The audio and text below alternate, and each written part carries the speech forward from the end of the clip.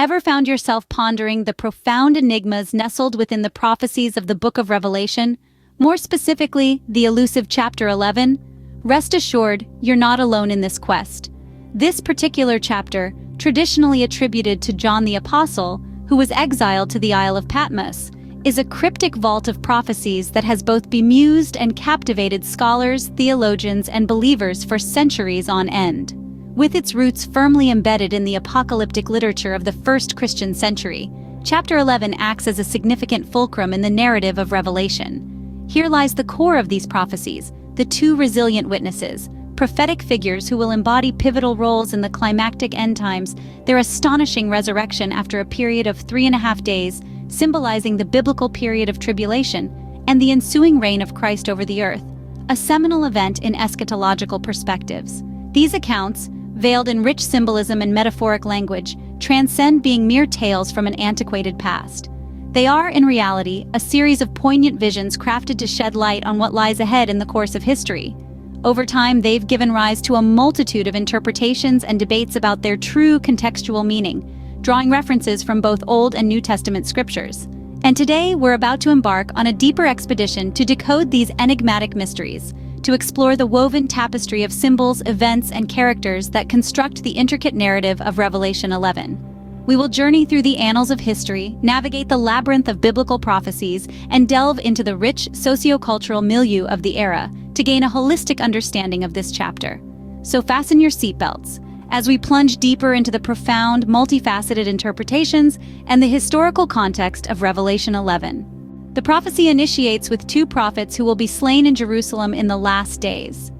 The city of Jerusalem, often referred to as the city of the great king in the Bible, is the platform where our prophecy unfurls. Two prophets are introduced, likened to Elijah and Moses, two of the most iconic figures in biblical chronicles. Elijah, who brought down fire from heaven in Kings 18:38, and Moses, who parted the Red Sea in Exodus 14:21-22, are the figures these prophets emulate. Their ministry, marked by miracles and wonders, echoes the extraordinary acts of these Old Testament prophets.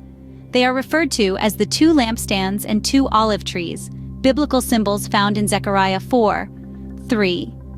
Olive trees, recognized for their fruitfulness and resilience, symbolize the prophets' spiritual vigor and endurance, while the lampstands symbolize their duty as light bearers, spreading the truth of God's word across the world. However, their divine mission in Jerusalem will be opposed, leading to their demise.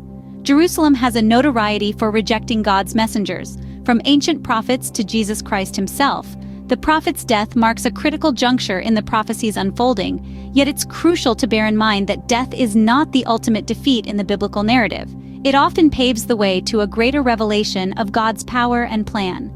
The prophet's death is not just a finale, but a precursor to an astounding event. It seems like a moment of victory for their adversaries, but the story doesn't conclude here. The prophecy predicts a miraculous event that will leave their enemies and the world dumbstruck. But death is not the end for these prophets, as the prophecy elucidates. This sets the stage for the prophecy's next segment, where we shall witness the power of resurrection and the triumph of God's word over darkness. So, stay with us as we explore further this captivating prophecy in the next part of our discussion. After 3.5 days, a miraculous event takes place. God breathes life into these prophets, and they rise to their feet. This moment is pivotal in the prophecy of Revelation 11. It's the resurrection of the two prophets, a signal of God's direct intervention and a testament to his extraordinary power. The prophets who were slain in the holy city of Jerusalem, lifeless for 3.5 days. This time period holds incredible significance in biblical narratives. Delving deeper into the symbolism of the 3.5 days, we find it mirrors the time Jesus spent in the tomb after his crucifixion. This parallel is not merely coincidental, but steeped in profound meaning. It is a period that encapsulates defeat, darkness, and despair. Yet, it also holds a promise of victory over these adversities. Jesus, after his crucifixion, was entombed for 3 days and nights, after which he victoriously emerged, resurrected. This time period is also redolent of the tribulation in the book of Daniel, where the saints were given into the hand of the little horn for a time, times, and half a time, interpreted as 3.5 years, a reflection in years of 3.5 days. This period, filled with trials and tribulations, culminates in a miraculous triumph, further illustrating the resilience of faith against overwhelming odds. Just as Jesus rose again, so too do these prophets. Their resurrection sends a potent message, a testament to life after death, a cornerstone of Christian belief.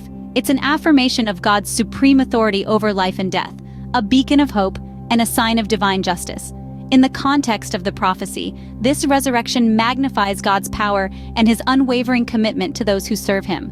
It's a reminder that even when adversity seems insurmountable, God's will prevails. It signifies the victory of truth over falsehood, of light over darkness. It's a call to faith and perseverance.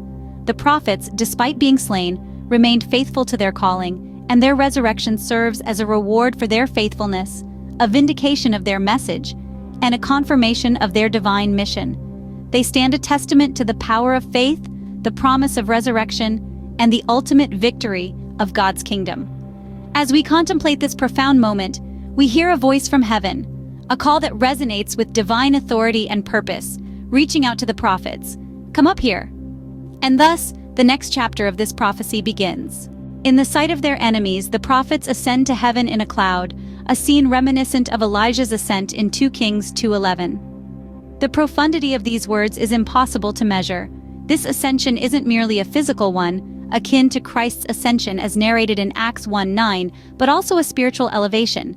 The prophets, once slain and left for dead, now rise above their adversaries, propelled by a divine power. The cloud here is not just an atmospheric phenomenon, it's a symbol of divine presence, a motif deeply rooted in biblical traditions dating back to the Old Testament. Remember the cloud that led the Israelites through the wilderness in Exodus 13:21, or the cloud that filled Solomon's temple in 1 Kings 8:10? This is that same cloud, a divine chariot, a testament to God's and guidance. As the prophets ascend, their enemies can only watch. They witness a miracle they cannot deny or dismiss. This moment parallels the humbling scene in Numbers 20:6, where Moses and Aaron, in the presence of the assembly, witnessed the glory of the Lord. The adversaries, once gloating over the prophets' apparent defeat, now stand powerless as the prophets rise above them, vindicated and victorious.